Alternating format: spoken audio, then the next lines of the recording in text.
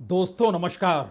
दिल्ली की रायसीना हिल्स के एक तरफ नॉर्थ ब्लॉक है, दूसरी तरफ साउथ ब्लॉक है। एक तरफ देश के गृह मंत्री का बैठना होता है और दूसरी तरफ प्रधानमंत्री का कार्यालय है। यानी राजनीतिक तौर पर सबसे ताकतवर रायसीना हिल्स के दोनों तरफ की वह लाल दीवारों में सिमटी हुई इमारत है, जिस इमारत के भीतर इस देश को चलाने की पूरी कार्रवाई होती है।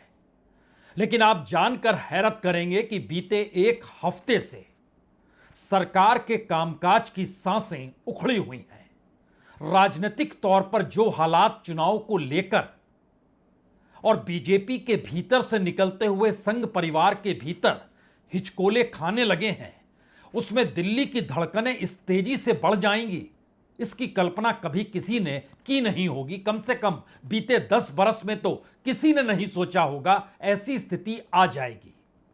लेकिन ऐसी स्थिति आने के ठीक समानांतर सबसे बड़ा सवाल वो कौन सा है जिससे इस दौर में रायसीना हिल्स की कंपकपी छूटी हुई है। दरअसल यह मसला कोई दूसरा नहीं बल्कि राज्यों के चुनाव में भी जिक्र इस देश के कॉरपोरेट के होने का है। यह अपने आप में एक अजीबोगरीब परिस्थिति हो सकती है कि किसी पार्टी का नेता वोटरों को यह समझाने लगे कि उनकी नौकरी कॉरपोरेट ने छीन ली। कॉरपोरेट शब्द से ज्यादा यहां पर अंबानी और अडानी कह सकते हैं। वोटरों को समझाने लगे कि जिस महंगाई के दायरे में आप फंसे हुए हैं उसकी सबसे बड़ी वजह अंबानी और अडानी है। यह भी बताने लगे कि इस देश के भीतर में किसानों के सामने जो मुश्किल है, मजदूरों के सामने जो त्रासदीदायक परिस्थितियां हैं, उसकी वजह अंबानी और अडानी है। राहुल गांधी जिस तरीके से हरियाणा चुनाव में आज भारत जोड़ो यात्रा की तर्ज पर निकल पड़े, उस यात्रा के बीच बीच में जहां जहां वो रुके और उन जगहों पर वहां जो भी उन्होंने कहा, वो बड़ा सीधा संदेश वोटरों के लिए था कि इस देश को चलाते हुए नरेंद्र मोदी नहीं है, बल्कि नरेंद्र मोदी तो दरअसल किसी के इशारे पर चलते हैं और वो इशारा अंबानी और अडानी सरीखे कॉरपोरेट का है। तो क्या हरियाणा सरीखे चुनाव में भी भारत की राजनीति केंद्र सरकार को कटघरे में लाकर खड़ा कर चुकी है, या प्रधानमंत्री मोदी की कार्यशैली को कटघरे में खड़ा कर चुकी है? यह सवाल आज इसलिए महत्वपूर्ण है कि लोकसभा के चुनाव और विधानसभा के चुनाव अक्सर अलग अलग होते रहे हैं। लेकिन राहुल गांधी ने जिस तर्ज पे तय किया कि अब वो अगले 3 दिनों तक, यानी आज कल परसों तरसों 3 तारीख के शाम 5 बजे तक हर दिन हरियाणा की सड़कों पर निकलेंगे, लोगों से मुलाकात करेंगे, उन्हें बताएंगे कि हकीकत क्या है और किस तरीके से इस देश में लूट हो रही है, किस तरीके से अगर हरियाणा के युवाओं को देश छोड़कर विदेश जाना पड़ता है और उस पर एक बड़ी पैसे की रकम खर्च हो जाती है जो लाखों में है, उतने पैसे लगाकर भी वह इस देश के भीतर, वह भी हरियाणा जैसे राज्य में, ना तो कोई धंधा कर सकते हैं, ना किसी बिजनेस में शरीक हो सकते हैं, ना ही उन परिस्थितियों के साथ अपने पांव पर खड़े हो सकते हैं कि उनके पास 40-50 लाख रुपए हैं। अग्निवीर की परिस्थितियां भी इस देश के डिफेंस सर्विस और डिफेंस प्रोडक्शन के साथ अडानी को मिले हुए एनओसी, जो कि अब डिफेंस के क्षेत्र में बिजनेस करते हैं, और दुनिया के उन देशों के साथ उनके ताल्लुकात हो चले हैं जो हथियार बनाते हैं, उन देशों के साथ प्रधानमंत्री ने अपनी वैदेशिक नीति करीब की बनाई है क्योंकि बिजनेस अडानी का चल सके। यानी भारत की राजनीति में इससे पहले अगर आप इंदिरा गांधी के दौर को याद कीजिएगा तो टाटा बिरला का जिक्र जरूर होता था। राजीव गांधी ने इसीलिए दूरी धीरूभाई अंबानी से बनाई। लेकिन उस दौर में कांग्रेस के भीतर से ही कुछ लोग निकल कर आए और धीरूभाई अंबानी को प्रधानमंत्री राजीव गांधी के कमरे तक ले गए। लेकिन भारत की राजनीति में प्रधानमंत्री के ऊपर निशाना साधते साधते प्रधानमंत्री को ही कॉरपोरेट और अंबानी अडानी का पपेट बताते हुए एक ऐसी राजनीतिक लकीर लोगों की जिंदगी से जोड़कर राहुल गांधी खींच रहे हैं उसमें शायद हरियाणा के भीतर के मुद्दे जो सामान्य तौर पर जातीय समीकरण और 36 बिरादरी के इर्द गिर्द चलते हैं, उसमें भी शायद पहली बार यह सवाल बड़ा हो गया, क्या इस तरीके से राजनीतिक लूट होती और इस तरीके से हरियाणा के भीतर बीते 10 बरस में अगर सबसे ज्यादा बेरोजगारी है, किसान संघर्ष करता है लेकिन उसकी कीमत मिल नहीं पाती है, एमएसपी तो आपने बढ़ा दी लेकिन एमएसपी को कानून में नहीं बदला कि अगर नहीं खरीदेंगे तो फिर कानूनी कार्रवाई होगी। तो आप बोली जो भी लगाते चले जाइए, उसमें किसान भी आ गया, जवान भी आ गया, नौजवान भी आ गया, पहलवान भी आ गया, महिलाएं भी आ गई, और इस देश के भीतर का वह स्ट्रक्चर भी आकर खड़ा हो गया जिस पर या जिसकी लगाम प्रधानमंत्री मोदी के पास है। यानी हरियाणा की जीत हार क्यों महत्वपूर्ण हो चली है और हरियाणा की जीत हार के बीचों बीच प्रधानमंत्री मोदी और इस देश के कॉरपोरेट अडानी कैसे खड़े कर दिए गए, यह राहुल गांधी ने आज जो जीटी रोड बेल्ट है, उस जीटी रोड बेल्ट पे जब आप जाएंगे तो वो पंचकुला से शुरू होती है, पंचकुला, अंबाला, यमुनानगर, कुरुक्षेत्र, करनाल, पानीपत, यहां तक आती है ये पूरी बेल्ट। इसमें 23 सीटें हैं। इन 23 सीटों में से 2014 में बीजेपी ने 21 सीटें जीती थी, 2019 में 12 सीटें जीती थी, कांग्रेस 9 सीट जीत पाई थी। लेकिन इस पूरे के पूरे बेल्ट में पहली बार नजर आ रहा है कि 23 सीटों में से क्या बीजेपी 3 सीट भी जीत पाएगी, जबकि यहां पे जो बड़े नेताओं के नाम आप लेंगे तो उसमें अनिल विज भी आते हैं, उसमें नायाब सैनी भी आते हैं, उसमें सुभाष सुधा भी आते हैं, गुज्जर भी हैं, कुंवरपाल गुज्जर भी है, महिपाल डांग भी है, ये तमाम लोग आते हैं।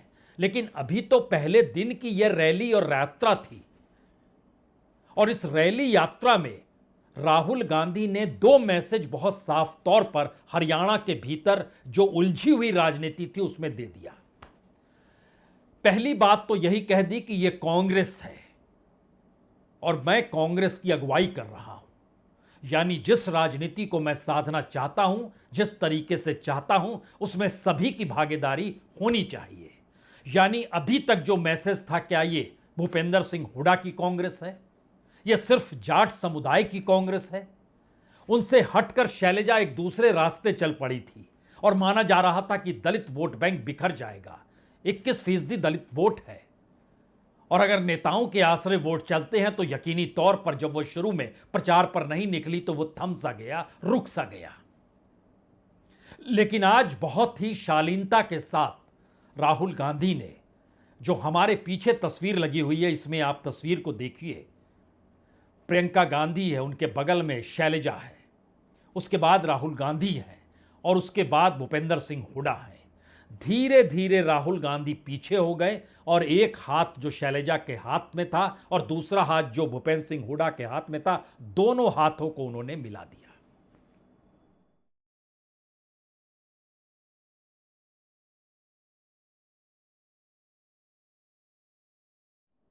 यह मोहब्बत की राह है। राहुल गांधी ने बहुत ही सलीके से इन 2 हाथों को मिलाकर हरियाणा की राजनीति में यह संकेत दे दिया कि अगर हरियाणा में जाट और दलित ही एक साथ आकर खड़ा हो जाए और मुस्लिम समुदाय जो कम है, लेकिन अगर ये सब साथ मिलकर सामने आ जाएं तो फिर इसके बाद सुपड़ा साफ तो बीजेपी का हो जाएगा। लेकिन सवाल उसके आगे का है। यह सवाल उसके आगे का इसलिए है क्योंकि 2024 के लोकसभा चुनाव के बाद पहला विधानसभा चुनाव हरियाणा में है। और ध्यान दीजिए, राहुल गांधी का टोन बदला नहीं है। राहुल गांधी जिस अंदाज में लोकसभा चुनाव के वक्त कॉरपोरेट या मोदी की इकोनॉमी को निशाने पर ले रहे थे, उस नेक्सस को बता रहे थे, अब उसमें कहीं ज्यादा तीखे स्तर पर वह चोट कर रहे हैं। लेकिन वह अब समझ चुके हैं कि चुनावी जीत हार उस राजनीति का भी खेल होता है जो गांव गांव जाति के हिसाब से, समुदाय के लिहाज से बटी हुई होती है। और इसीलिए एक मैसेज उन्होंने आज खुले तौर पर कई मौकों पर दी। अपनी यात्रा करते वक्त वो लगातार इस संदेशे को दूर करते चले गए कि देखिए, सरकार तो सबकी बनेगी, यानी सिर्फ भूपेंद्र सिंह हुड्डा की सरकार नहीं होगी, यानी सिर्फ जाट ये ना सोचें कि वह प्रभावशाली हैं, वो ताकतवर हैं तो उनके हिसाब से चीजें चलेंगी। यह मैसेज देने की कोशिश उन्होंने जरूर की है। और राजनीतिक तौर पर हरियाणा के भीतर की राजनीति को साधने के लिए इस दौर में बीजेपी ने 3 हथकंडों को जरूर अपनाया, या कहें 3 हथियारों को जरूर अपनाया। उसमें बड़ा हथियार उन नेताओं को लेकर था जो कांग्रेस छोड़कर निकले, निर्दलीय होकर चल रहे थे, और जहां जहां उनकी ताकत कम पड़ रही थी, अपने ही कांग्रेस उम्मीदवार के सामने बतौर निर्दलीय उनके पीछे बीजेपी खड़ी आई। एक झटके में सभी को, तकरीबन 18 उम्मीदवारों को बाहर कांग्रेस ने कर दिया, 6 बरस के लिए बर्खास्त कर दिया। तो क्या पहला हथियार धराशायी हो गया? दूसरा हथियार, हर कोई जब जान रहा था कि दरअसल यह इलेक्शन तो हुड्डा के मुख्यमंत्री बनने और नहीं बनने देने का हो गया है, यानी खट्टर और नायब सिंह सैनी एक झटके में गायब हो गए, महत्वपूर्ण भूपेंद्र सिंह हुड्डा हो गए। तो भूपेंद्र सिंह हुड्डा के इर्द गिर्द जाट वोटरों की तादाद, उनकी ताकत, इन सब को लेकर अमित शाह अपने भाषणों में लगातार यह कहते रहे कि नौकरी भी मिलेगी तो उसी समुदाय विशेष को मिलेगी, इसमें बाकियों का योगदान नहीं होगा। यानी यह उस 36 बिरादरी के भीतर एक मोटी लकीर खींचने की भी कोशिश हुई, जिससे मैसेज जाए वाकई यह चुनाव हुड्डा के सीएम बनने या ना बनने को लेकर हो रहा है। और तीसरे हथियार के तौर पर वही आरक्षण और वही संविधान और वही अग्निवीर का सवाल अपनी परिभाषा के तहत बीजेपी खड़ी करती नजर आई। और ध्यान दीजिए, इन तीनों परिस्थितियों को राहुल गांधी ने शायद अब समझ लिया। पहला मैसेज तो वो इस बात को लेकर समझ गए कि 36 बिरादरी का जिक्र है तो सभी को साथ लाना होगा, सभी की सरकार होगी ये बताना होगा, सभी की सरकार तो सभी के हक के लिए काम करेगी ये कहना होगा। इसीलिए सिर्फ हाथों में हाथ मिलाने की जो तस्वीर आपने चंद सेकंड की देखी, उसको भी देखिए, और जिन शब्दों के आसरे राहुल गांधी ने हरियाणा की राजनीति में यह कहकर दखल दे दिया यह कांग्रेस की सरकार है, यह सभी की सरकार है, इसमें किसी का वर्चस्व या किसी का बढ़त दिखाई देने की स्थिति में कोई नहीं होगा। और शायद यही वजह थी कि लगातार राहुल गांधी जहां जहां आज घूमते चले गए, कुमारी शैलजा हो या भूपेंद्र सिंह हुड्डा हो, साथ में हालांकि प्रियंका गांधी भी दिल्ली से गई थी, जनरल सेक्रेटरी केसी वेणुगोपाल भी मौजूद थे, प्रदेश के अध्यक्ष भी मौजूद थे, तमाम नेताओं की मौजूदगी इस बात का एहसास करा रही थी कि कांग्रेस दरअसल वही कांग्रेस है जो भारत जोड़ो यात्रा के दौरान थी। ये वही कांग्रेस है जो राहुल गांधी उसको जिस रूप में चाहते हैं अब वो सामने आए और उसी रूप में लड़ाई लड़े, यानी पारंपरिक परिस्थितियां गायब हो गई। यह सवाल कैसे रखा जाए, इसको भी बाखूबी राहुल गांधी ने रखने की कोशिश की। सरकार बनेगी तो 36 बिरादरियों की सरकार बनेगी, सबकी सरकार बनेगी, न्याय की सरकार बनेगी और भागीदारी सबको दी जाएगी। हरियाणा में अदानी जी जैसे लोगों की सरकार नहीं चाहिए, किसानों की, मजदूरों की, गरीबों की सरकार चाहिए। आप सबका दिल से बहुत बहुत धन्यवाद। नमस्कार, जय हिंद। धन्यवाद। मैं हमारे पीसीसी के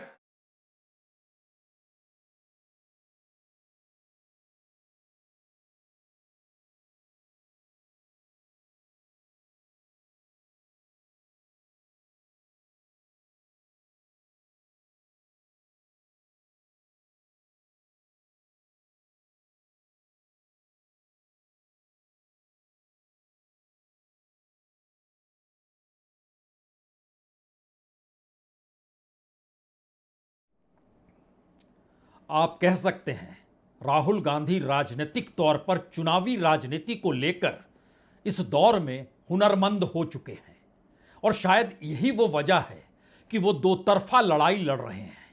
एक तरफ राज्य की राजनीति को साधना है और दूसरी तरफ राज्य की राजनीति के भीतर जो कटघरा बनाया गया है उस कटघरे में प्रधानमंत्री मोदी और अंबानी अडानी को खड़ा करना है।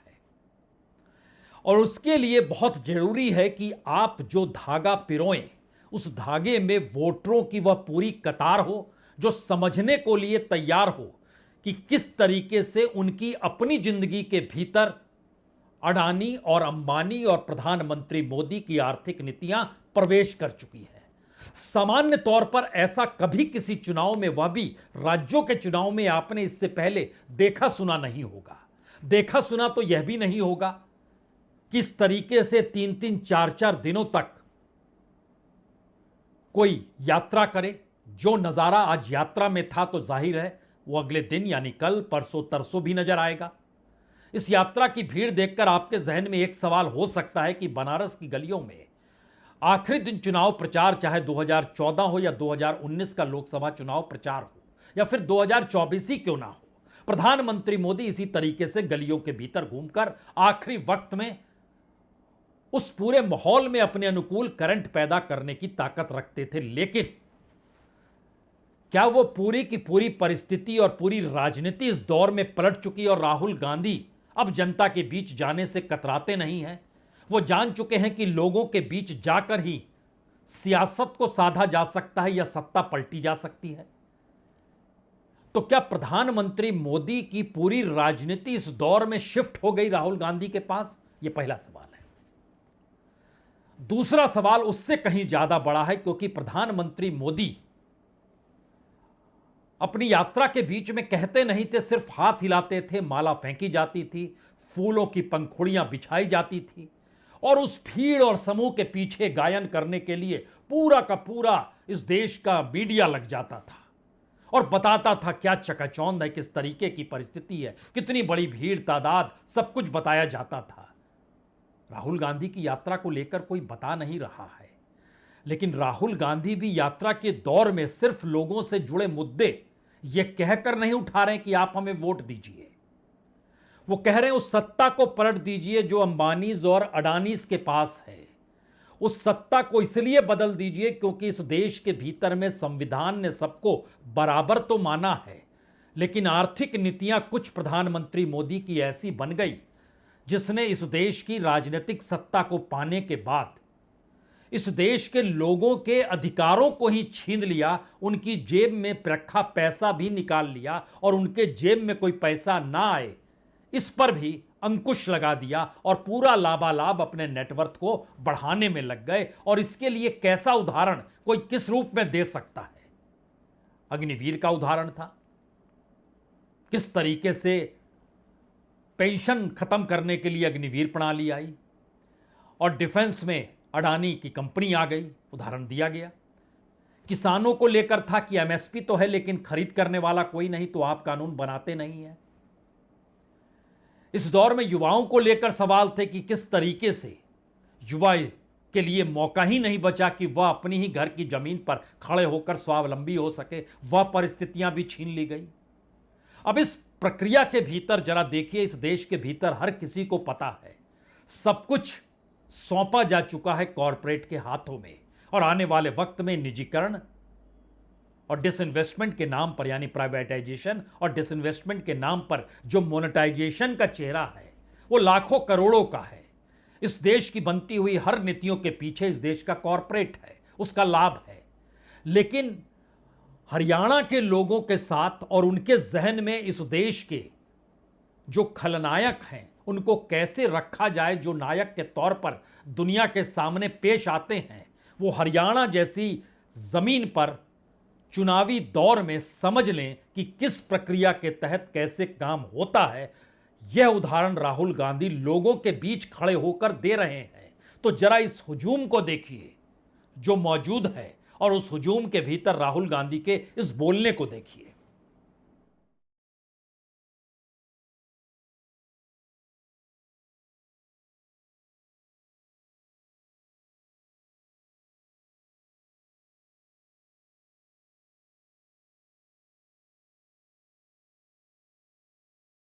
होती आप लोग जमीन खरीदते हो, किसी के पास जाते हो, कहते हो भाई जमीन खरीदनी है, 50 लाख 1 करोड़ रुपए देते हो, वो आपको जमीन देता है, होता है ना, करते हो।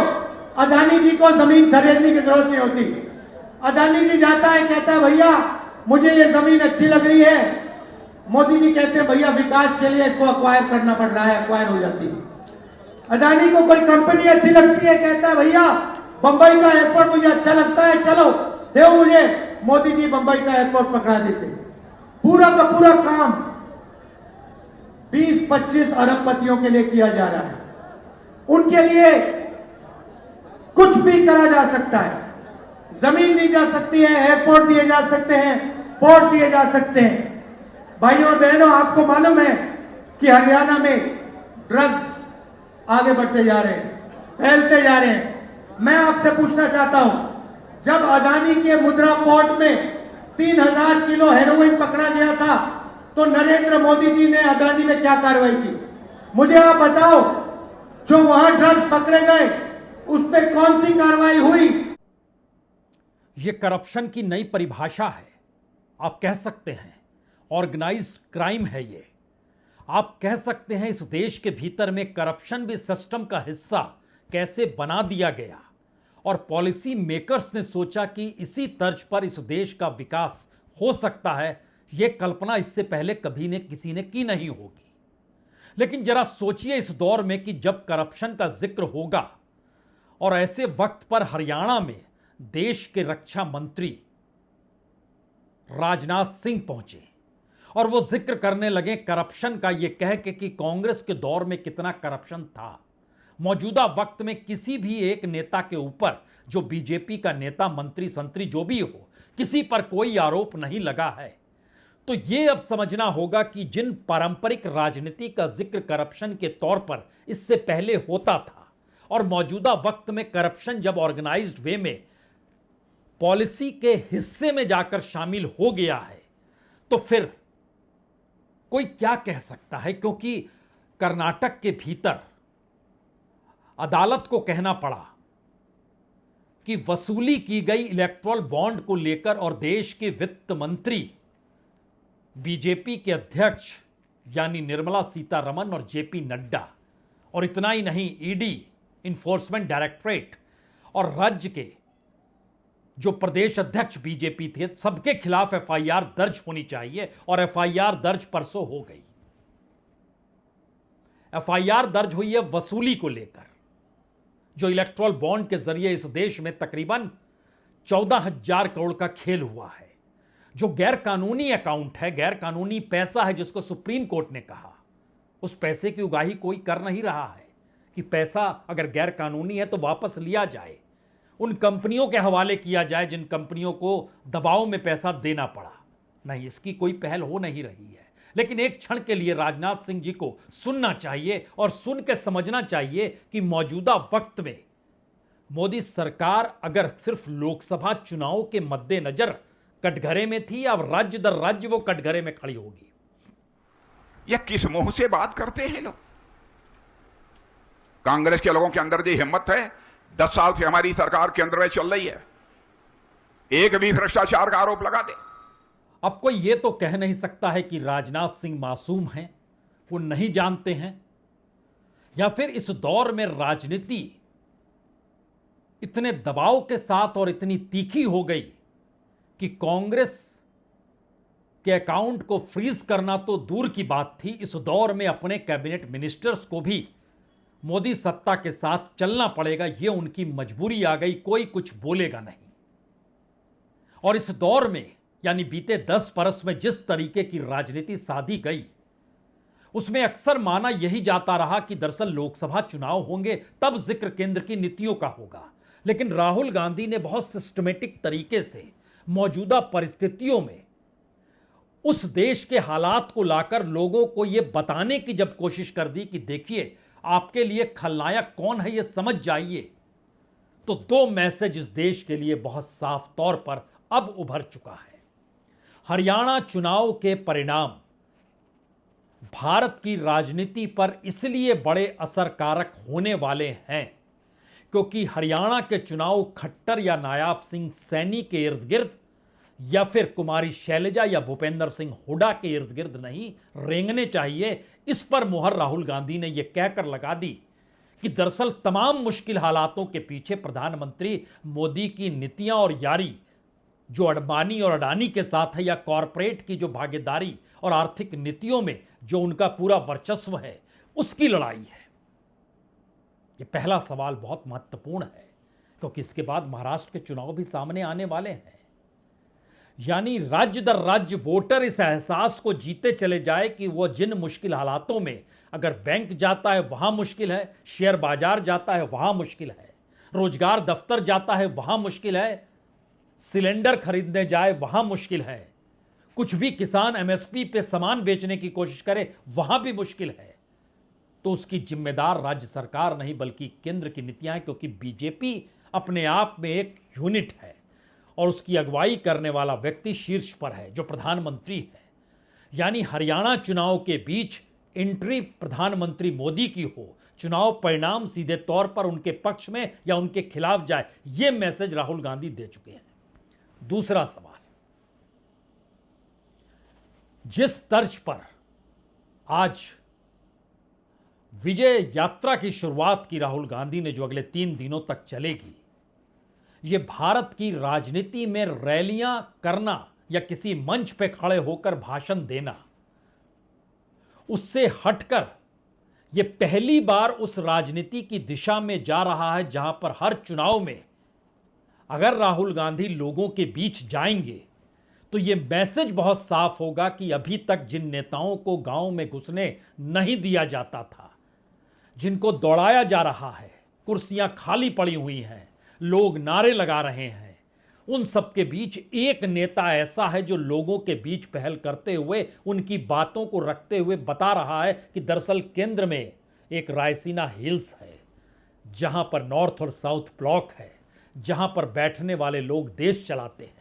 उस देश चलाने वाले लोगों में चाहे 3 ही सेक्रेटरी ऐसे हों जो कि ओबीसी एससी एसटी के हों, लेकिन बड़ा सवाल है वो इकोनॉमी जो वहां से निकलती है वह उस कॉरपोरेट के हाथों में है, जिसके पांव भारत की जमीन पर नहीं बल्कि उसका अपना नेटवर्थ और पैसा और पूंजी आसमान में लगातार उड़ान भर रहा है। इसीलिए हर दिन वो किसी का कोई प्रोडक्शन करें या ना करें, उनकी कोई कंपनी आपको इस देश में दिखाई दे या ना दे, लेकिन सुबह होने के साथ ही उनके खजाने में पैसा जाना शुरू हो जाता है। वो मनरेगा के मजदूर भी समझ ले, वह युवक बेरोजगार भी समझ ले, वह किसान भी समझ ले, महिलाएं भी समझ लें, और इस देश के भीतर में हाशिए पर पड़े हुई जातियों से जुड़े तबके भी समझ लें। यह भारत की राजनीति में एक भयावह स्थिति तो है, लेकिन शायद यह परिवर्तन की दिशा में बढ़ते हुए ऐसे कदम हैं जो भारत की राजनीति को पहली बार जड़ से डिगाना चाहते हैं। बहुत हुआ। बहुत बहुत शुक्रिया, बहुत बहुत शुक्रिया।